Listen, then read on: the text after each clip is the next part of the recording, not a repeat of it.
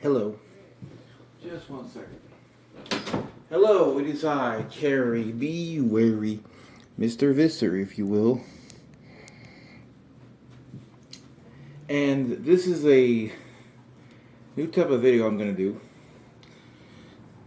known as One Man's Opinion. Now, I still will do Wary with Carrie. This is going to be more about things that actually maybe feel drained. Hence the title.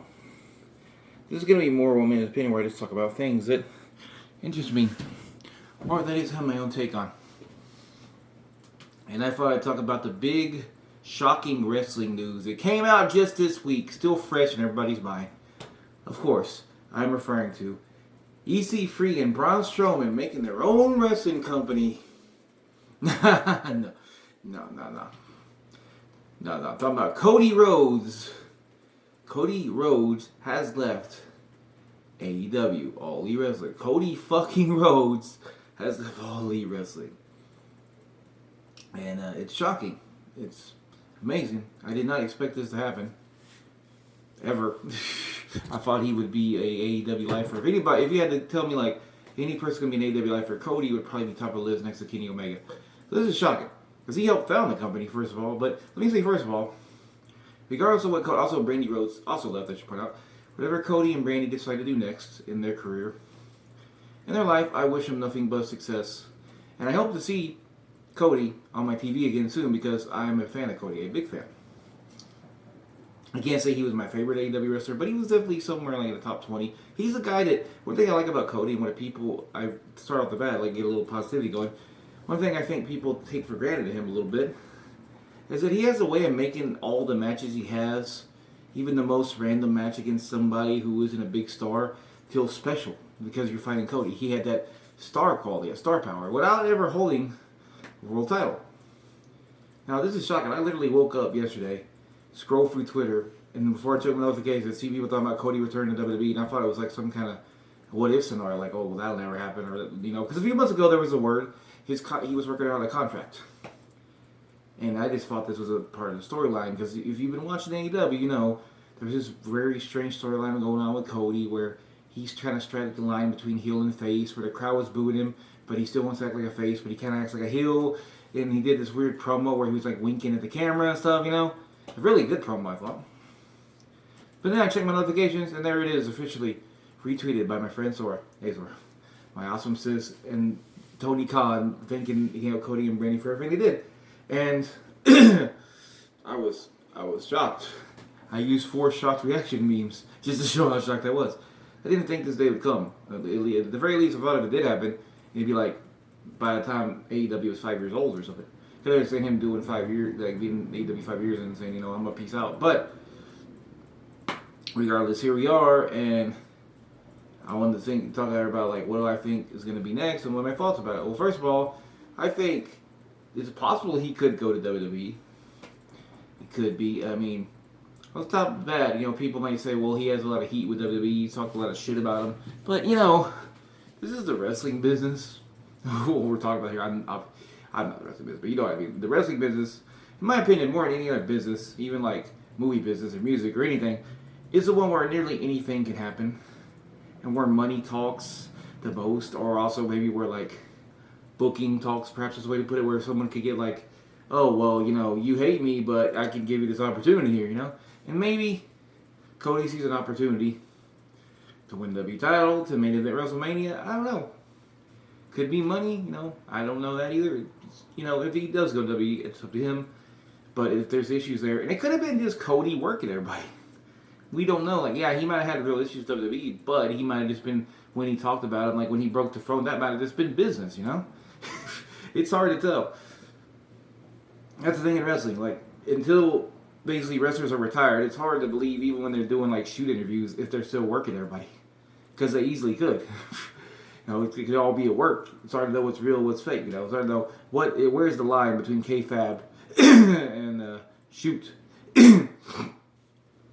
And like, I personally don't think he actually has problems with Triple H or anything. I don't think he ever did, because why would he? Triple H put him on over a pay-per-view, even if it was a tag match. I don't think he ever had any big issues with Triple H. He he certainly has had, a lot of love for Randy over the years and kind of mutual love back and forth. Like Randy talking before about how he liked to work with him again and stuff like that.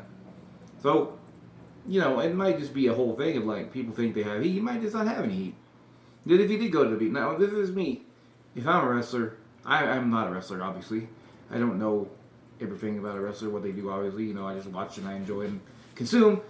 But I would not want in 2022 to go to WWE because there's just too many things with them. Like, not that this the company. Not that this is the quality of the wrestling. They have good wrestling, But between the fact that some of their booking is just the worst shit ever, and they will get interested in something that's automatically stop doing it out of nowhere, or have something go on forever, like the Sonya and Naomi feud has been going on for like 6 fucking months now and won't end, or Brock and Roman, which feels like it's been going on for 7 fucking years with just little breaks in between, like an anime saga nobody wants. Like, between that, if that's not enough, you got the fact that you got Nick Khan, notorious Nick Khan, going around firing people left and right, seemingly every other week, and maybe Cody would be protected from that? I don't know, but I don't feel like he would be. I feel like nobody outside of maybe 10 wrestlers like Orton, Roman, Brock, Becky, Charlotte, Bayley, maybe. Even Bayley, I expect. I don't know. I hope not, but W's dumb. Sasha, I don't think would ever be fired. These are the people I think would be safe out of all of them. Like, probably Seth Rollins be another one. I think they definitely would not cut Seth. Like, that's like 7 to 10 people that they definitely would not fire. But everybody else is like expendable, in my opinion. Because this company does not care. They've shown they don't care. And I don't want to make this too negative, but, that's the way I see it. It's hard to get invested in something, as a fan even, if you think next week, they might be fired, and we're not even going to get any follow-up to that. Just like, let's not even talk about it. You're not even going to have a heel authority figure have somebody say on camera they were fired. Just like, no, they're gone. Bye.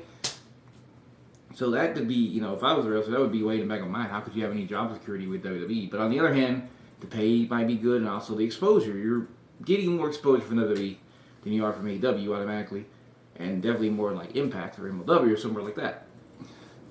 But I don't know if that's what Cody wants. I don't know. There are rumors that it's being talked about that WWE wants him.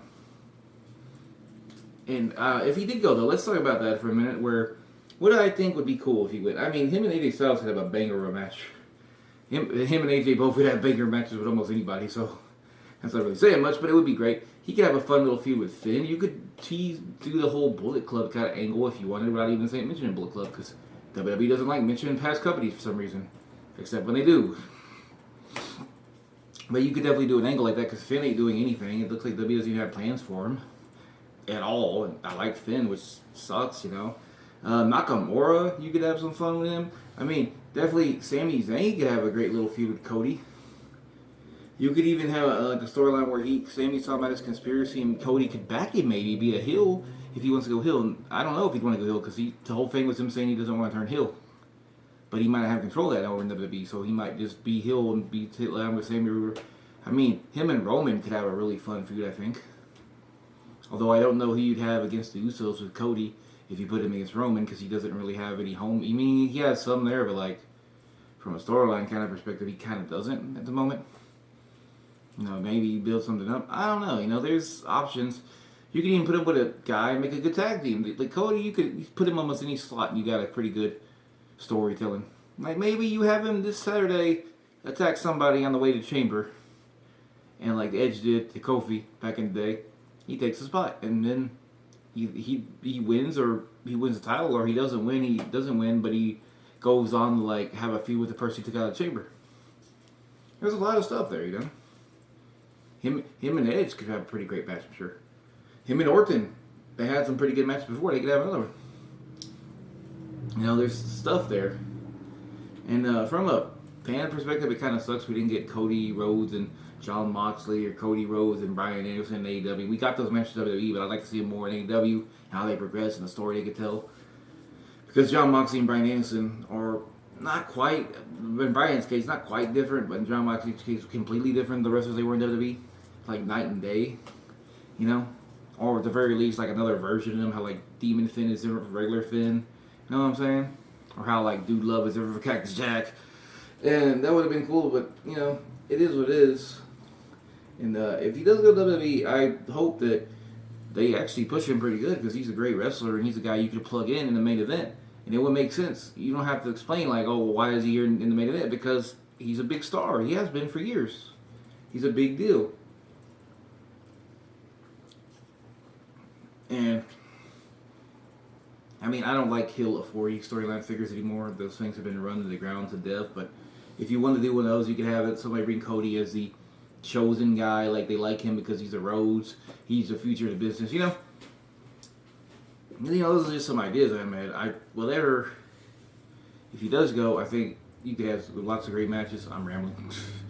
Now, what other options would there be if he didn't go to WWE? Well, pretty much anything. Like, for all we know, maybe he takes a year off. Maybe he makes a movie or a show. I don't know. I don't know what Cody's doing. I mean, I would assume he has enough money. He probably could take a year or two off without ever having to do anything for a while if he didn't want to. And as far as I know, he's still on the Go Big Show, which I don't watch, but, that's the thing that he does. He probably getting pretty good checks from that. Also a match I think would be cool in WWE that you could do if he goes would be Cody Rhodes and John Cena. That would be a very interesting match and feud, in my opinion. Moving on from that, though, let's see what other companies would. Impact, I don't know if Impact could afford him, to be honest, but if they did, well, you could get some really good stuff. Him and Chris Bay could put on some classics. Him and Josh Alexander. I don't know if he's still signed. I know he had a thing with his contract. Him and Sabin, him and Eddie Edwards. He had a brief feud with him before in in Impact when he was there and Eddie was champion before. Yeah, you could do some good stuff. I feel like the roster is very small and they definitely could use him, but I don't know if they can afford it. I don't know enough about MLW to really talk about them, but I'm sure he'd do great there. And but anyway, I think I'm done talking about kind of fantasy scenarios here. We'll see what happens with that. But I want to say one last thing. It's kind of, don't want to get too negative here in one man's opinion. But this is just kind of like the thing I've seen on wrestling Twitter, and it kind of extends to the entire IWC. It's this narrative that Cody Rhodes was Jeff Jarrett booking himself to be the top guy, or Triple H buried everybody. And, looking at AEW, now he's out of AEW. Unless he returns, he's gone. And his record in 3 years there, but a little over 3 years, I would assume it's got to be near 50-50 win-loss. Maybe he has more wins than losses, but I would assume of the top guys there, of the Moxleys, the Kenny Omega, even the Jericho, he probably has the least amount of wins because he's put over a lot of people. And to put it more over the point, he's only got one world title match ever in the history of AEW on a pay-per-view in 2019. A full over 2 years ago, 2.5 years ago, and he wasn't even the main event. If all the people say, well, he loves to put himself over, then why didn't he put himself in more world title matches? Why didn't he win the world title? He didn't. Now, he did win the TNT title 3 times, and he's the only man to do that. But considering Sammy Guevara just won it for the second time, Sammy Guevara, he's 2-time now. He could lose it and win it back before he years out, and then he would be 3-time or in a few years, because Sammy Guevara is very young. I don't even think he's 30 yet. You could easily have him, and he's a 4-pillar. So he'd be ready to lose. MJF could even do a 3-time. You never know. And I don't think he should have won the 3 times as fast as he did, but it is what it is, That maybe was a misstep, but okay. But the thing is, too, you look at his records. Let's look at his 2021. He, in that year, he lost a ladder match. He beat he beat Penta in a match. The Sequels match was pretty good. He beat QT Marshall and Anthony Ogogo. But then after beating them, he lost to Malachi Black several times, including one very dominant victory. Look, like he was about to retire. And he lost to Andrade one time too. And he just ran away, and that was his 2021 record. So he took some pretty big losses. He took I think 2 or 3 losses to Malachi in a row. I know it was at least 2. I'm not sure if there was 3. He lost a lot, is my point. In 2020, he lost to MJF. His pay-per-view record is pretty wild if you look at it. I think he lost to MJF. He lost to Darby Allin and lost the title. He lost to Darby Allin. He lost to MJF. He lost to Jericho. He lost to... Oh, he was in the Stadium Stampede, so he won that, I think. No, he won. No, that's he fought the Bernard. So he lost to MJF, Jericho, Darby Allin. on pay-per-view. 3 huge pay-per-view losses right there. And he lost the Face of the Revolution match. Now, pay-per-view wise, I think he does have more wins than losses. But that's still a pretty big deal, you know, because how many wrestlers in the last 3 years have lost 3 big pay-per-view matches, especially when you consider how few pay-per-views AEW makes. And his last match in AEW was him in a great ladder match, losing to Sammy Guevara, and putting him over in the process, making him look great. So this narrative that he built this company to push himself over, in a company he never won the world title in 3 years. He only competed 1 time for the world title in 3 years. And then the company where his literally last match in that company was him putting over the young talent in a great match and great performance and giving a lot to that performer is just ridiculous. You know, control your narrative, right? False narrative right there. That's just the last thing I want to say. I just think it's a ridiculous point. He was never a Jeff Jarrett. He was never a Triple H. He's just a guy that wanted to make a wrestling company with his homies and make an alternative to WWE. And now, and I would, you know, last thing I'll say too is thank you, Cody, for everything you've done. You have done a great job. You put on classics, you put on clinics, you cut great promos, had some really fun matches, put over young talent, and also to have still run the wrestling school that he made, which also trained one of my current favorite wrestlers, Kid Bandit. That's cool too. Now, thank you for all you did to help AEW get on the map and get started and all that. And thank you for your contributions. Thank you too, Brandy Rhodes, for what you've done too. And I hope whatever y'all do next, I'm looking forward to it. And, you know, this year's WrestleMania card could have Stone Cold Steve Austin, Johnny Knoxville, and Cody Rhodes in matches. That is just fucking wild. Regardless of what you think about those people, that is wild to think about. Imagine a year ago, me saying to you, hey, WrestleMania is going to have Stone Cold, Johnny Knoxville, and Cody Rhodes on it.